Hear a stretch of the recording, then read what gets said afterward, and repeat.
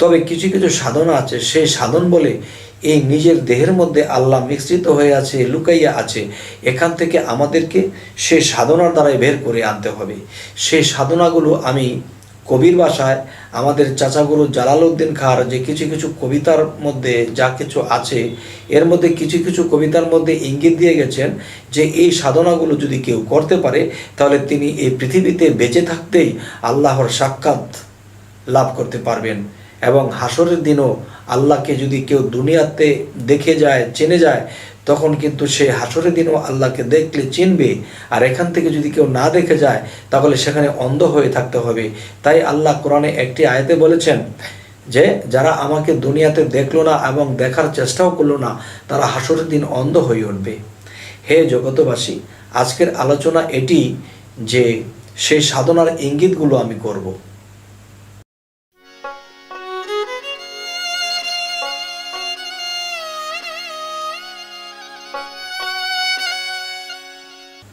হে জগতবাসী, আজ আমি শামীম আলী চিশতি আপনাদের সামনে একটি আলোচনা নিয়ে আসলাম। সেই আলোচনাটি হলো যে আমরা এই পৃথিবীতে অনেকে অনেক রকম ইবাদত করি, আল্লাহকে ডাকি, অনেক নিয়ম পালন করি, শরীয়তের আইন কানুন পালন করি। কিন্তু একটা বিষয় হলো যে আমরা এই পৃথিবীতে এত ইবাদত করার পরে, এত আইন কানুন মেনে চলার পরেও দেখা যায় আল্লাহর সাক্ষাৎ আমাদের কপালে জুটে না। তো আল্লাহর সাক্ষাৎ আমাদের কপালে কিভাবে জুটবে? তো আমরা যে পর্যন্ত অগ্রসর হব সে পর্যন্ত পাব। যেমন কেউ যদি মনে করে যে আমরা ওই 5 পর্যন্ত যখন পড়ালেখা করি, তো 5-এর অঙ্ক যা কিছু আছে শিক্ষা দীক্ষা, দেখা যায় যে 1 থেকে 2, 2 থেকে 3, যখন 5 পর্যন্ত পৌঁছেছি তখন মনের মধ্যে অনেকটা মনে হয় যে আমরা যা শিখেছি আমরা অনেক শিখেছি। কিন্তু যখন তিনি মেট্রিকে উঠলো কিংবা এসএসসিতে পড়ালেখা করতেছে, তখন নিচের শিক্ষার্থী উপরের শিক্ষাটা আরও জ্ঞানী, আরও অনেক উচ্চস্তর। তখন মনে হয় যে আমরা যে শিক্ষা পেয়েছি অনেক শিক্ষা পেয়েছি, কিন্তু কোনো একদিন যখন বিয়ে পড়তে শুরু করলো তখন বললো ওখান থেকে এখানে আরও উচ্চ র্যাঙ্কের শিক্ষা। তখন ওখানে যখন পড়ালেখা করতে শুরু করলো, তখন ইউনিভার্সিটিতে যখন গেল তখন নিচের শিক্ষার্থী থেকে উপরের শিক্ষা আরও কঠিন এবং আরও বোঝার মতো জ্ঞান চরিত্র। তো এখন বিষয়টা আমি বোঝাইতে চাচ্ছি, যারা যা কিছু ইবাদত করে, যাই কিছু সাধনা করে, তো মনে করে যে যা করেছি অনেক করেছি, যা করতেছি এর চেয়ে বেশি আর কি করব, বা এর চেয়ে আর উচ্চ র্যাঙ্ক কি আর আছে, এর চেয়ে উচ্চ সাধনা কি আছে? আছে বাবা, আছে, কিন্তু আমরা মনে করি এখানেই বুঝি শেষ। তবে আজকের বিষয়টি হলো যে আল্লাহর দেখা পাইতে হবে। যেমন কোরআনে একটি আয়াতে বলা হয়েছে, যারা দুনিয়ায় আমাকে দেখলো না এবং দেখার চেষ্টাও করলো না, তারা হাসরের দিন অন্ধ হয়ে উঠবে। তাহলে দেখার চেষ্টা করব আমি কি দিয়ে? এখন সাগর পাড়ি দিতে হলে হয় আমার লঞ্চ, স্টিমার বা একটা কিছু লাগবে। এখন দেখা যায় যে চেষ্টা করেছি, নদীর পাড়ি দিয়ে ঘুরে আবার ফিরে এসেছি, এটা কি কোনো চেষ্টা হলো? আমার পাড়ি দিতে হলে আমার লঞ্চ, স্টিমার, জাহাজ একটা কিছু ব্যবহার করতে হবে, বা এরপরে আমাকে চেষ্টা করতে হবে। তো এই জন্য বলা হয় যে আমরা আল্লাহর ইবাদত করি, আল্লাহকে ডাকি, এ পর্যন্ত কি শেষ? না বাবা, এই মানব দেহটাকে আল্লাহ সৃষ্টি করেছেন এত কৌশল করে যে কোন জায়গায় 6 লতিফা, কোন জায়গায় রুহু, কালব, সির, কোন কোন জায়গায় আল্লাহ কি রেখেছেন, এই সমস্ত কিছু জানার জন্য, বোঝার জন্যে এবং নিজকে চেনার জন্যে একজন মুর্শিদের কাছে যেতে হবে।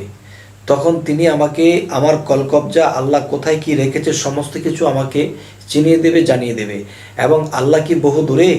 তাই লালন একটি কথা বলেছে, সে আর লালন একসাথে রয় তবু লক্ষ যোজন ফাঁকে। তাহলে সে আর লালন একই সাথে রয় তবু লক্ষ যোজন ফাঁকে। যদিও সাথে থাকে তারপরও সে ফাঁকে, কেননা তাকে দেখা যায় না, দেখতে পাওয়া যায় না। তবে কিছু কিছু সাধনা আছে, সেই সাধন বলে এই নিজের দেহের মধ্যে আল্লাহ মিশ্রিত হয়ে আছে, লুকাইয়া আছে। এখান থেকে আমাদেরকে সেই সাধনার দ্বারাই বের করে আনতে হবে।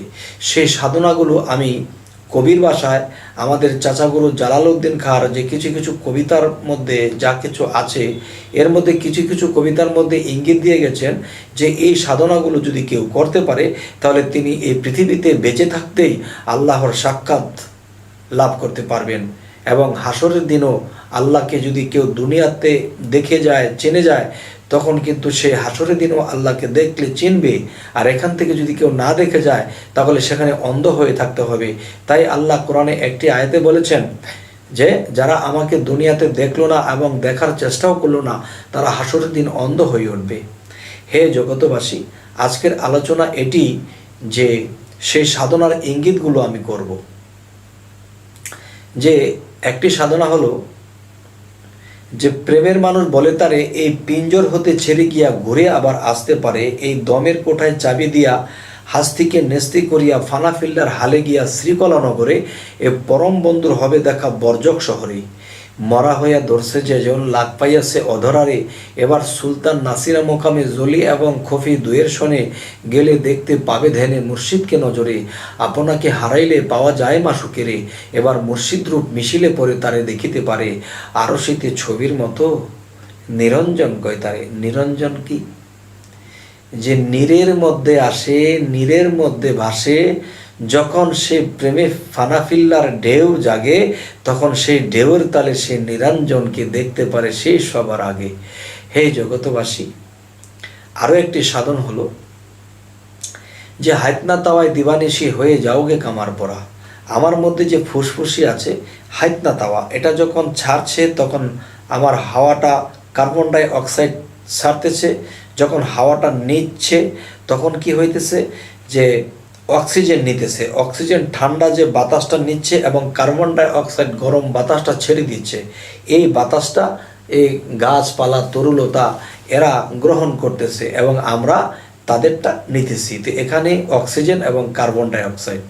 তো এখানে যে কথাটি বোঝাতে চাইতেছি যে এই হাইতনা তাওয়ায় দিবানিশি হয়ে যাওগে কামার পরা, শেষে যাবে লালবাজারে চারি রঙের নিশানুরে, অগ্নির মতো ধুধু করে মধ্যে জিনিস ভরা, হে হরফের চাবি দিয়া সদাই গিয়ে ঘোরা, এই তালা খুললে নয়ন মেলে দেখবে সাদা তিন কোঠরা, এই তিন তালাতে এক নাম ফোটে হাহাকার এক শব্দ ওঠে, ঢেউ লাগে ত্রিবেণীর ঘাটে, দেখছে রসিক যারা। রসিক কারা? যারা সমস্ত আমিত্ব নিজের মধ্যে বিলীন করে দিয়েছে। এই আমিত্বর শখ আল্লাহ পূরণ করেনি।